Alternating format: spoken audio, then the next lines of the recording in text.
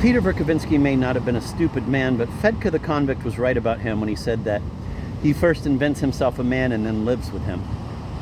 Thus, leaving Lemk, he felt absolutely certain that the governor would keep quiet for at least 6 days, a delay that Peter needed. But he was deceiving himself, and his mistake lay in having created a Governor von Lemk in his own imagination who was nothing but a simple-minded fool. Like any other morbidly suspicious person, Lemk always first became exultant whenever an uncertainty was dispelled. He felt that the situation had taken a good turn, despite the complications and bother that it involved for him. At least the old suspicions that had plagued him had proved completely unfounded, and then he had been feeling so tired lately, so hopelessly exhausted, that he naturally longed for peace. But alas, new misgivings began to assail him. His long stretch in Petersburg had left an ineradicable mark on him. He knew a lot about the new generation, being familiar in his official capacity with the secret files on them, and also being a curious man and a collector of their leaflets. However, he had never been able to make heads or tails of them, and now he felt like a babe in the woods. An inner voice told him that there was something incongruous and unreal in Peter's words. But, he argued with it, who the hell can tell what they may do, this new generation, or what goes on among them? And as though specially to irritate him further, Blum's head appeared in the crack of the door. All the time Peter had been there, Blum had remained close by.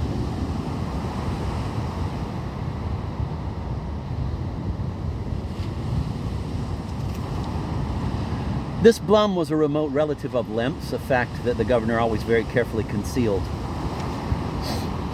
I must apologize, but I feel that though he may be unimportant, a few words should be said here about Blum. He was one of that strange species of German failures who are failures not because they are particularly stupid, but for some unknown reasons. German failures are no mythological creatures. They really exist, even in Russia, and form a species all by themselves. Lemk had always displayed the most touching concern for Blum, and whenever he could, and in the measure of his own success, had always appointed his relative to the best possible subordinate post. But in none of these did Blum have any luck. Either his post was abolished or some new unfriendly superior was placed over him. Once he had almost landed in criminal court with another official. He was conscientious, but often needlessly so, and in a gloomy way that only harmed him. He was tall, stooping, red-haired, mournful, and actually rather sensitive.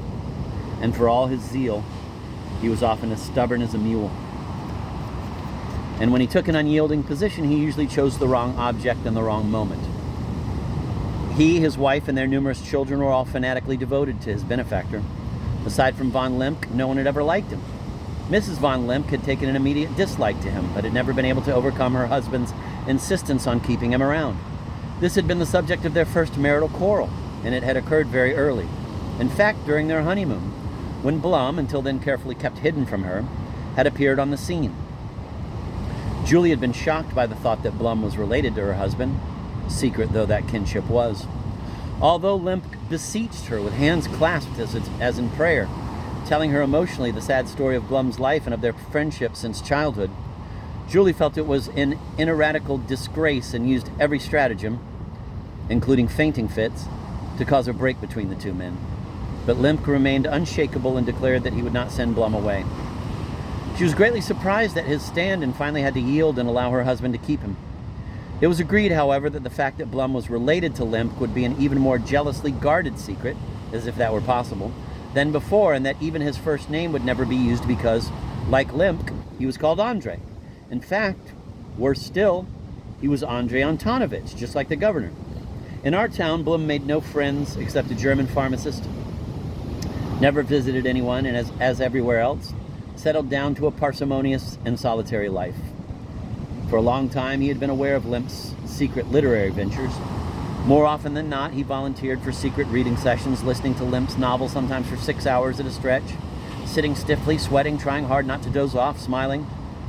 Then back home with his long, thin wife, he bemoaned his benefactor's unfortunate weakness for literature.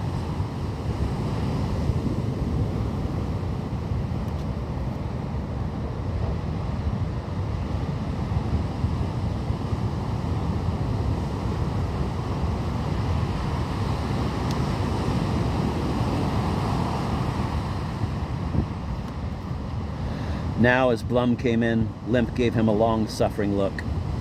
I'd like to ask you, Blum, to leave me alone. He spoke quickly in a worried tone, afraid that Blum might try to resume the conversation that had been interrupted by Peter's arrival. Still, I'm convinced it could be arranged most tactfully and discreetly without any publicity.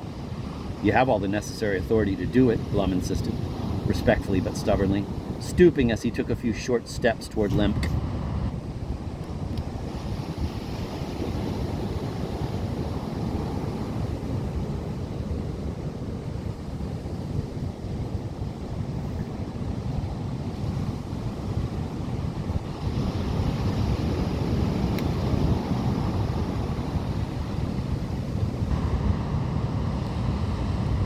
You know, Blum, you're so loyal to me that I can never look at you without fear. You always like saying clever things like that, then later you feel you have nothing to worry about and go to sleep. But in the long run, you only harm yourself that way. You know, Blum, I've just come to the conclusion that we've been wrong about it all along. What makes you think so? What that corrupt young man said to you, a man of whom you yourself are so suspicious? He has conquered you by saying flattering things about your literary talents. You don't understand the first thing about it. Your plan is idiotic, I tell you. We'll find nothing and we'll only provoke a storm of protest. Then we'll become a public laughingstock, and then there's Julie. I'm convinced that we will find just what we're looking for, Blum said, putting his right hand on his heart. We shall make a surprise search in the small hours of the morning, keeping strictly to the letter of the law and using the utmost discretion. Such men as Lyamshin and Telyetnikov seem positive that we'll find everything we want. They've been there themselves often enough.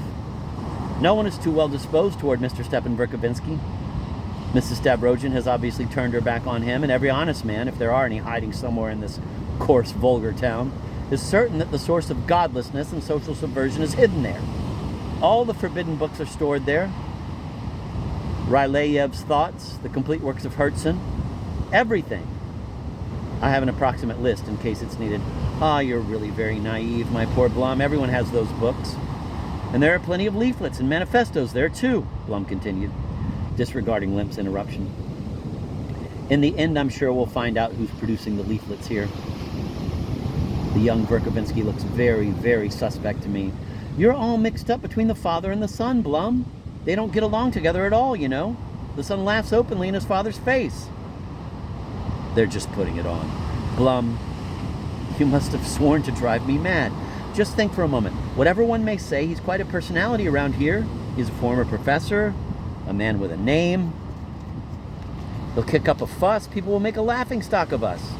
And we'll miss everything we're after. And then think what Julie will say. But Blum wasn't listening. He stubbornly pursued his notion. He was just an assistant professor and only held the rank of collegiate assessor when he retired from government service, he said, hitting his chest with his fist. He has never received any awards of distinction and was dismissed from the service on suspicion of subversive activities against the regime. And then, he used to be under special secret surveillance, and I'm sure he still is. So, in view of the unrest prevailing these days, you are duty-bound to act. You're letting an opportunity of distinguishing yourself go by and sheltering the true culprit. Julie, the governor shouted suddenly, hearing his wife's voice in the next room. Get out of here, Blum. Blum winced, but didn't give up. Allow me, he urged the governor, pressing his hands even harder against his chest. Go away, Lemke muttered through clenched teeth. Do as you please. We'll see about it later. Oh, good God. The heavy drapery before the door parted and Mrs. von Lemke appeared. She stopped majestically, measuring Blum with a haughty, scornful glance, as though even his presence there was an insult to her. Blum bowed respectfully to her and silently, still respectfully bent, tiptoed toward the door, his arms held a little away from his body.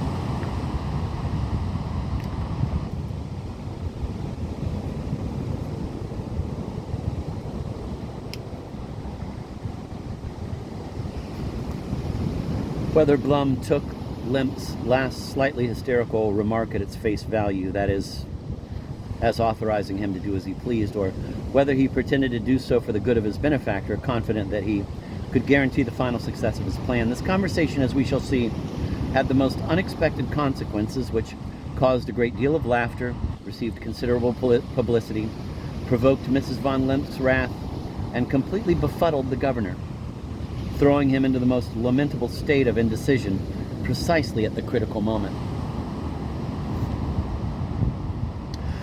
Peter had a very strenuous day. From the governor's mansion he hurried off to Nativity Street. But passing through Bykov Street on his way, he had to go by the house where Karmazinov was staying. He suddenly grinned, snorted, and went in. He had himself announced, and the servant came back to say, "The master is expecting you, sir." That made Peter rather curious. He had never promised to come and see Karmazinov. But it was true that the great author was expecting him. Indeed, he had expected him the day before and even the day before that. 4 days before, Karmazinov had handed Peter the manuscript of his piece entitled Merci, which he intended to read at the literary gathering being organized by the governor's wife. Karmazinov had been guided by sheer courtesy and was certain that his gesture would flatter the young man, giving him a chance, as it did, to acquaint himself with this literary chef d'oeuvre before anyone else. Peter had noticed for some time that this vain man, who had been spoiled by success and was so insultingly inaccessible to the non-elect, this man of, quote, almost statesman-like wisdom, end of quote, was plainly trying to ingratiate himself with him, sometimes all too obviously. Peter had apparently guessed that even if the great man didn't hold him to be the actual leader of the entire secret revolutionary movement, he had at least assumed that he was one of those initiated into all the secrets of the Russian movement and had an unquestionable influence upon the younger generation. The state of, quote, the most brilliant mind in Russia, end of quote, interested Peter. But for certain reasons of his own, he had thus far avoided any intimate conversations with him.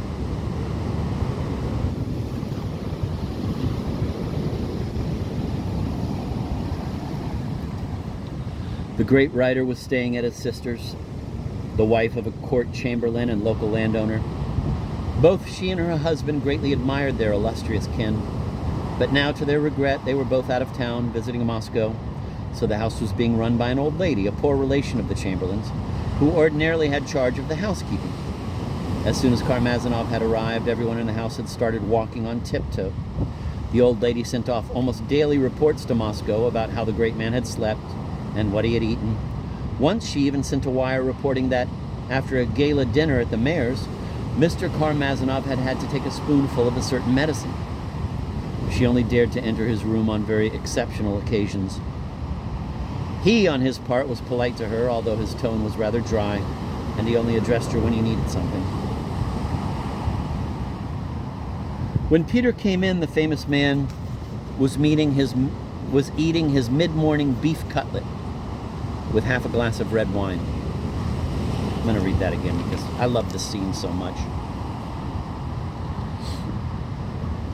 When Peter came in, the famous man was eating his mid-morning beef cutlet with half a glass of red wine. On each of his previous visits, Peter had found him eating that mid-morning cutlet.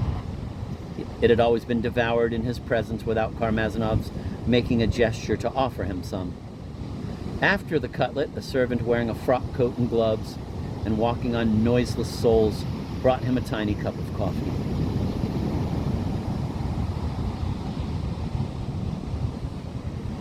"Ah," Karmazinov said in a delighted voice. He wiped his mouth with a napkin, jumped up, and hurried forward to exchange kisses with his guest, a gesture Russians tend to make if they are really famous. But knowing from previous experience that Karmazinov, although he initiated this kissing ceremony, actually only offered his cheek to be kissed, Peter presented him his own cheek. So the two cheeks met. Karmazinov, pretending not to notice this maneuver, sat down on the couch and pleasantly pointed to an armchair in front of him for Peter, in which Peter immediately sprawled. "You won't be wanting any lunch, of course," Karmazinov said, departing this time from his habit, but in a way that suggested a polite refusal. Peter, of course, immediately said that he'd very much like to have something to eat. A shadow of offended surprise passed over the features of his host, but it lasted only a moment. He nervously rang for the footman, and despite all his polish, there was a note of shrill irritation in his voice as he ordered the servant to serve lunch for one more. "What would you like, a cutlet or a cup of coffee?" Karmazinov inquired. "Both, cutlet and coffee. And of course I'd like some wine. I'm quite hungry," Peter said, attentively examining his host's attire. Mr. Karmazinov was wearing some sort of indoor quilted jacket with small mother-of-pearl buttons. It was rather too short and stretched incongruously across his small, rotund belly, but then there are many different tastes. A woolen plaid wrap covered his knees and trailed on the floor, although the room was quite warm. "You sick or something?" Peter asked. "No, I'm not sick, but I'm afraid I could easily become ill in this climate," the writer replied shrilly, but carefully molding each word and lisping aristocratically. "I was expecting you yesterday."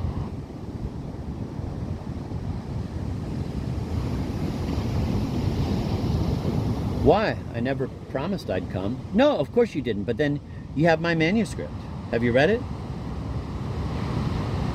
"Manuscript? What manuscript?" Karmazinov was terribly surprised. "But you've brought it with you. You have it here with you," he said, suddenly becoming so alarmed that he even stopped eating, staring questioningly at Peter. "Ah, you mean that bonjour thing? Is that it?" "Merci? All right, merci. No, I'd forgotten all about it. I haven't looked at it. I've been too busy.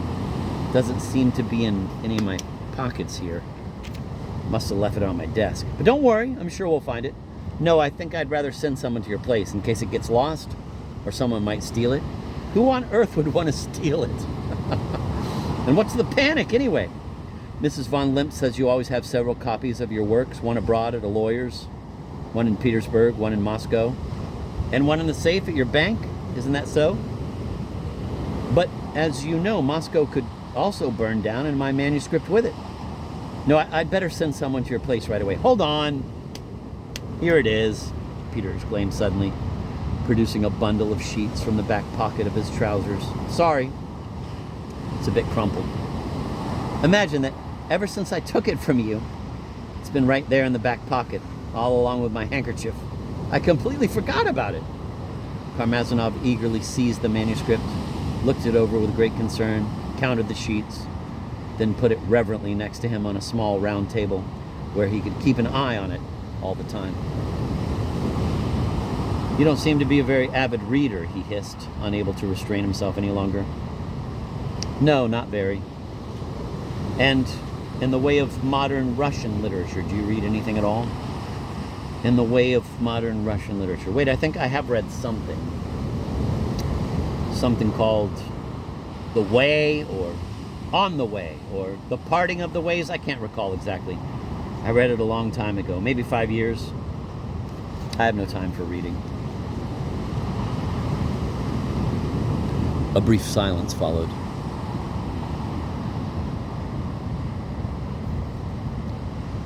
"When I arrived here," Karmazinov said after a while, "I assured everyone that you were an extremely intelligent person, and now I believe everyone is quite taken with you." "Thanks." Lunch was brought in. Peter pounced on the cutlet with great zest, ate it up, gulped the wine, and started to sip his coffee. Karmazinov, finishing off the last bit of his cutlet and the last sip of his wine, observed Peter out of the corner of his eye, thinking, "This ignoramus must have understood my sarcasm very well. And I'm sure he read my manuscript eagerly enough. He just lied to give himself airs. But perhaps he isn't just pretending. Perhaps he's really that stupid. But I like my geniuses on the stupid side, and perhaps he really is some sort of a genius. Damn him, anyway."